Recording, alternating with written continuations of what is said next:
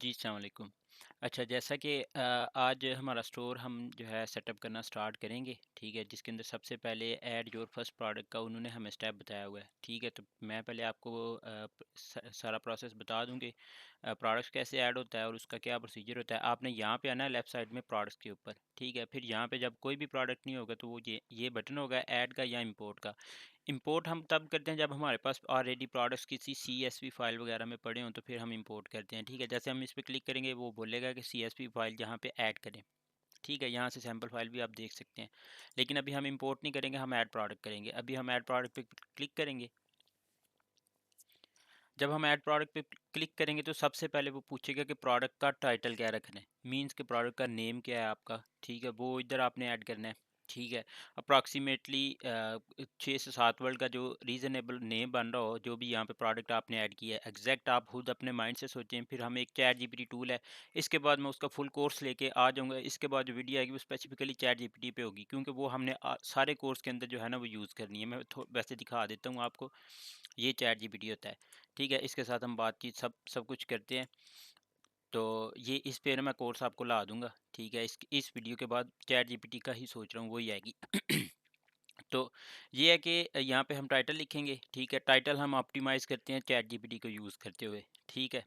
साथ में खुद की मॉडिफ़िकेशन भी करते हैं। उसके बाद डिस्क्रिप्शन, डिस्क्रिप्शन भी हम जो प्रोडक्ट हमारा सप्लायर दे रहा होता है या हम हमारा खुद का होता है तो खुद हो तो हम खुद ही लिखते हैं, ठीक है? और अगर सप्लायर से, जैसे हमने मेनली इस पे फ़ोकस करना है ड्रॉप शिपिंग पे, तो हम यहाँ से दूसरे सप्लायर्स की जो डिस्क्रिप्शन होगी वो ज़्यादा से उठा के अपने हिसाब से मॉडिफ़िकेशन करके with the help of chat GPT, ठीक है? तो यहाँ पे पुट करेंगे, ठीक है? प्रॉपर हम कैसे डिस्क्रिप्शन लिखते हैं, अच्छी डिस्क्रिप्शन कैसे होती है, उसमें बुलेट्स पॉइंट्स ऐड होते हैं, ठीक है? थोड़ा सा ओवरव्यू होता है प्रोडक्ट का, टू द पॉइंट चीज़ें हमने लिखनी होती हैं, देखना होता है कि हमारा प्रोडक्ट कैसे आपकी प्रॉब्लम को सॉल्व करेगा, मीन कस्टमर जो खरीद रहा है उसकी प्रोडक्ट को कैसे सॉल्व करेगा, वो चीज़ें हम यहाँ पे मेंशन करते हैं, इस हिसाब से हम डिस्क्रिप्शन लिखते हैं। उसके बाद मीडिया का सेक्शन आ जाता है। मीडिया के सेक्शन में ये होता है कि हमने जो इमेजेस या वीडियोज़ ऐड करनी हो, तो वो यहाँ पे ऐड करते हैं। ठीक है, अपलोड करनी हो तो अपलोड न्यू के बटन पे क्लिक करते हैं, और किसी फॉर एग्जांपल यहाँ पे कोई इमेज जो यूआरएल में पड़ी हुई है, ठीक है, ये यूआरएल होता है, ठीक है। गूगल के ऊपर आपके पास कोई भी इमेज पड़ी हुई है, वो आप यहाँ से ऐड फ्रॉम यूआरएल करके ना, तो यहाँ से करते कहते हैं, इससे नेक्स्ट वीडियोज़ में वो आ रही हैं सारी चीज़ें, ठीक है। और यहाँ पे थ्री डी मॉडल्स ऐड करने हो, वो फीचर भी अभी शॉपिफाई ने लॉन्च कर दिए हो, तो वो भी यहाँ पे हम ऐड कर सकते हैं, ठीक है। होता है क्या, वो डिटेल में बताऊंगा आपको। प्राइसिंग, प्राइस, अच्छा, यहाँ पे प्राइसिंग के अंदर दो चीज़ें आ रही होती हैं, एक प्राइस और एक कंपेयर एट प्राइस, ठीक है। इन दोनों चीज़ों में क्या फ़र्क होता है? बेसिकली जब कंपेयर, ये तो होती है सेल प्राइस के, फाइनल सेल प्राइस कितनी रखनी है हमने प्रोडक्ट की, ठीक है। फॉर एग्जांपल 900 जो है ना, हमारी सेल प्राइस है फाइनल, ठीक है। और अगर हम इस पे डिस्काउंट दिया हुआ है कि फॉर एग्जांपल ओरिजिनल प्राइस है प्रोडक्ट की 1600, ठीक है, और हम सेल कितने की कर रहे हैं, 900 की, तो जो ओरिजिनल प्राइस होगी वो हमने कंपेयर एट प्राइस में लिखना है, ठीक है। और प्राइस के अंदर वो लिखनी है जितने की फाइनल सेल करनी है। अगर आपने सेल पे नहीं लगानी तो फिर यहाँ पे हम लिखते ही कुछ नहीं है, ठीक है, इसको एम्प्टी छोड़ते हैं। और यहाँ पे चार्ज टैक्स जो है ना, charge tax on this products, ठीक है, जीएसटी वगैरह जैसे जनरल सेल टैक्स होता है, वो अगर आपने चार्ज करने हो तो इस पे क्लिक करते हैं। लेकिन हम अपने जो जितने भी स्टोर सेटअप करेंगे उनके अंदर हम जो है ना टैक्स नहीं चार्ज करेंगे, ठीक है, इसलिए हम इसको अनचेक किया करेंगे। उसके बाद ये सेक्शन जो है ना, ये cost per return item, profit margin, ये तीनों सेक्शन हमारे लिए होते हैं, ये कस्टमर को शो नहीं होते। कस्टमर को सिर्फ प्राइस शो होगी प्रोडक्ट पेज के ऊपर, ये वाला सेक्शन जो है ना कस्टमर को शो नहीं होगा, ठीक है। तो इसके लिए हम लिख लेते हैं कि हमें कॉस्ट फॉर एग्जांपल कितनी पड़ी है, कॉस्टिंग की अपनी वीडियोस आएंगी, ठीक है। फॉर एग्जांपल अब 900 का अगर हम प्रोडक्ट सेल कर रहे हैं तो हमें 450 फॉर एग्जांपल कॉस्ट पड़ी है पीछे से, ठीक है, सब कुछ डाल के।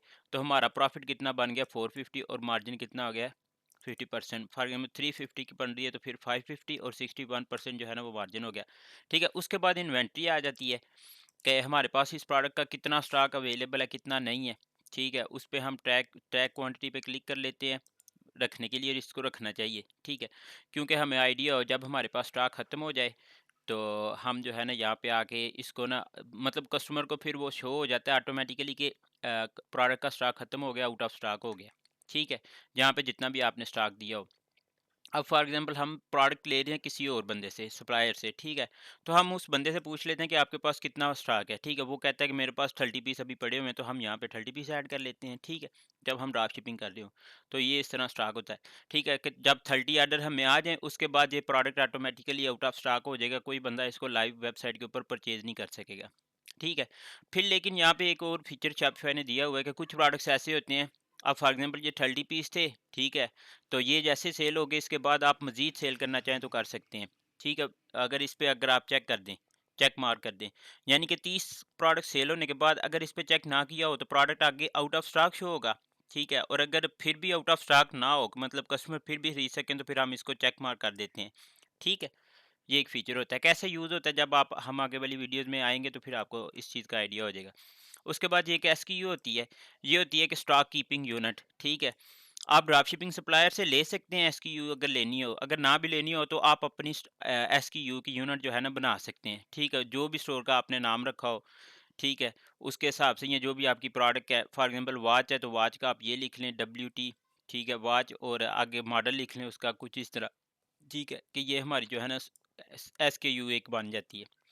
बारकोड ऐड करना हो तो आप बारकोड भी ऐड कर सकते हैं, दोनों ऑप्शन जो है ना वो ऑप्शन अवेलेबल होते हैं, ठीक है। इनके लिए काफ़ी ऐप्स भी आते हैं, ठीक है, तो वो भी हम यूज़ करते हैं। लेकिन ये है कि अब ये थोड़ी सी एडवांस चीज़, अगर आप ना भी यूज़ करें तो इतना कोई इशू नहीं है। शिपिंग, अच्छा, यहाँ पे शिपिंग के अंदर जब हम ऐड कर रहे हो कोई भी प्रोडक्ट, तो हम अप्रॉक्सीमेटली हमें आइडिया हो जाता है कि उसका प्रोडक्ट का कितना वेट है, ठीक है। अब वॉचेज़ जो है ना अप्रॉक्सीमेटली आधा किलो से छोटी होती हैं, ठीक है। यहाँ पे आप यूनिट चेंज कर सकते हैं, ग्राम में ले सकते हैं, एलबीज़ में ले सकते हैं, ठीक है। जिसमें भी लेनी हो तो केजी वैसे नॉर्मल होती है, क्योंकि कोरियर कंपनी जितनी है पाकिस्तान की या इंटरनेशनल लेवल पे, वो केजीज़ के हिसाब से जो है ना वो शिपिंग चार्ज करती हैं, ठीक है। तो हम यहाँ पे फॉर एग्जांपल रफली जो एक वॉच होती है, ठीक है, उसका 0.5 केजी जो है ना वो लगा देते हैं, ठीक है। क्योंकि उन 0 से लेके 0.5 केजी तक जितने होते हैं वो रेट सेम होते हैं, और फिर यहाँ से लेके 1 केजी तक जितने होते हैं उनके सब के रेट्स भी सेम होते हैं, ठीक है। शिपिंग के अंदर जब वो शिपिंग जो है ना हमें चार्ज करते हैं ना कस्टमर को प्रोडक्ट भेजने की कोरियर कंपनी, ये उनके लिए भी हेल्पफुल होता है, और हमारे अपने लिए भी हमें आइडिया होता है कि हमारा प्रोडक्ट कितने का है कितने का नहीं। और ये वेरिएंट्स हैं। वेरिएंट्स क्या चीज़ होती हैं, इस पे एक शॉर्ट सी वीडियो नेक्स्ट आएगी, ठीक है। तो इस तरह हम प्रोडक्ट ऐड करते हैं। इससे राइट साइड पे आएँ तो यहाँ पे एक स्टेटस जो है ना वो है। स्टेटस में बेसिकली ये है कि अभी आप प्रोडक्ट ड्राफ्ट में रखना चाहते हो या एक्टिव में। जब एक्टिव पे होगा तो जब ये प्रोडक्ट आप यहाँ से सेव कर दोगे तो ये आगे भी नज़र आएगा, ठीक है। मतलब कोई भी हमारी वेबसाइट के ऊपर आता है तो उससे भी नज़र आएगा। लेकिन अगर ये ड्राफ्ट पे है तो ये हमें तो यहाँ पे नज़र आएगा लेकिन आगे नहीं नज़र आएगा, ठीक है। तो इसलिए हम पहले पूरा प्रोडक्ट ऐड करके ड्राफ्ट पे रख के प्रीव्यू कर लेते हैं, फिर उसको एक्टिव करते हैं। इसको एक्टिव रहने दें तो कोई इतना इशू नहीं है। उसके बाद आ जाता है पब्लिशिंग, कि आपने ये प्रोडक्ट किस किस जगह पे पब्लिश करना है। सेल्स चैनल मतलब आगे हम यहाँ पे सेल्स चैनल ऐड करेंगे, लेकिन अभी जो करंटली हम हमारे एक ऑनलाइन स्टोर है, जो वेबसाइट है हमारी, उसके ऊपर ये शो होगा। और एक जो है ना पॉइंट ऑफ सेल, ये पॉइंट ऑफ सेल पे हम अभी नहीं सेटअप करेंगे, क्योंकि उसके लिए फिजिकल शॉप चाहिए होती, ठीक है।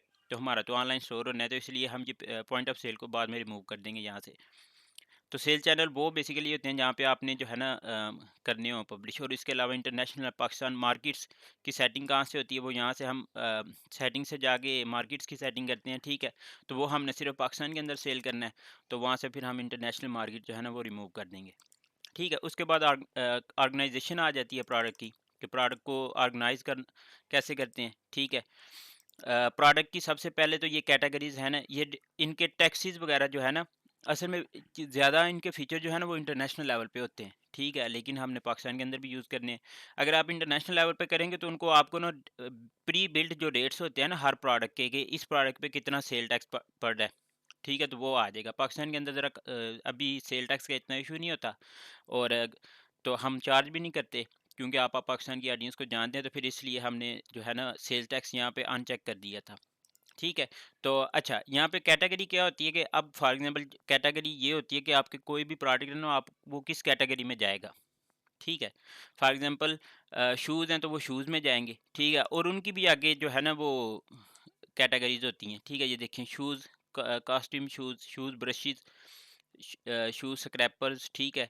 जिस हिसाब से मतलब काफ़ी सारी ये हो जाती हैं ना, ठीक है। या फिर स्पोर्ट्स शू, मतलब इस तरह जो है ना वो कैटेगरीज़ आप जो है ना वो बना सकते हैं। ये देखें, अब एनिमल एंड पेट सप्लाईज़ एक कैटेगरी है, उसके अंदर सब कैटेगरीज़ ये बनी होंगी कि लाइव एनिमल्स और पेट सप्लाईज़। पेट सप्लाईज़ के अंदर जाएँगे तो मज़ीद ये आ जाएँगी कि बर्ड सप्लाईज़ हैं, कैट सप्लाईज़ हैं, डॉग सप्लाईज़ हैं, फिश सप्लाईज़ हैं। इस तरह ये कैटेगरीज़ बनी होती हैं। तो वो जो भी हमारा प्रोडक्ट की कैटेगरी हो, तो उस हिसाब से हम जो है ना यहाँ पे कैटेगरी सेलेक्ट कर लेते हैं।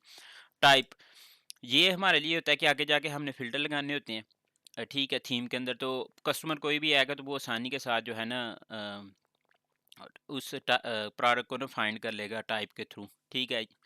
और वेंडर क्या होता है? वेंडर होता है कि जिसने प्रोडक्ट आप बनाया या जिससे आप प्रोडक्ट ले रहे हैं, ठीक है। यहाँ पे फॉर एग्जांपल आप एचएचसी से ले रहे हैं तो आप एचएचसी का वेंडर यूज़ कर सकते हैं, लेकिन ये है कि हम अपने स्टोर का नाम का वेंडर यूज़ करेंगे, ठीक है। जैसे माई स्टोर अभी करंटली नाम है, ठीक है। आगे हम नाम भी चेंज करेंगे, आगे जैसे ही अभी प्रैक्टिकल मतलब लाइव चीज़ें सारी ऐड करनी शुरू हो जाएंगी। अभी थोड़ा सा इन चीज़ों का आपको इंट्रोडक्शन भी देना था, तो वो भी ज़रूरी है। उसके बाद कलेक्शन, अच्छा ये कैटेगरी तो ऑटोमेटिकली बनी आती हैं, और ये कलेक्शंस होती हैं जो हम नेविगेशन वगैरह में ऐड करते हैं, ठीक है। मेन्यूज़ में ऐड करते हैं। ये कलेक्शन पहले हम यहाँ पे जाके कलेक्शंस के अंदर बना लेते हैं, ठीक है। डिफ़ॉल्ट बाय कलेक्शन एक आती है होम पेज, कि मतलब ये प्रोडक्ट जो है वो यहाँ पे चेक मार्क कर देंगे तो होम पेज के अंदर, होम पेज वाली कलेक्शन के अंदर ऑटोमेटिकली चला जाएगा, ठीक है। कलेक्शन पे आगे वीडियो आएंगी कि कैसे बनाते हैं। टैग्स हमने लाजमी ऐड करने होते हैं, क्योंकि टैग थोड़े से ज़रूरी हैं। ये हमें एक तो सर्च इंजन एसईओ में हेल्प करते हैं, और दूसरी ये बात कि कस्टमर जब आता है हमारी वेबसाइट के ऊपर तो वो ऊपर सर्च करके आसानी से ना हमारा प्रोडक्ट जो है ना वो फाइंड कर सकता है। थीम टेम्पलेट, अच्छा ये थीम, ये यहाँ पे ऑनलाइन स्टोर के अंदर ना थीम्स ऐड होंगी, ठीक है।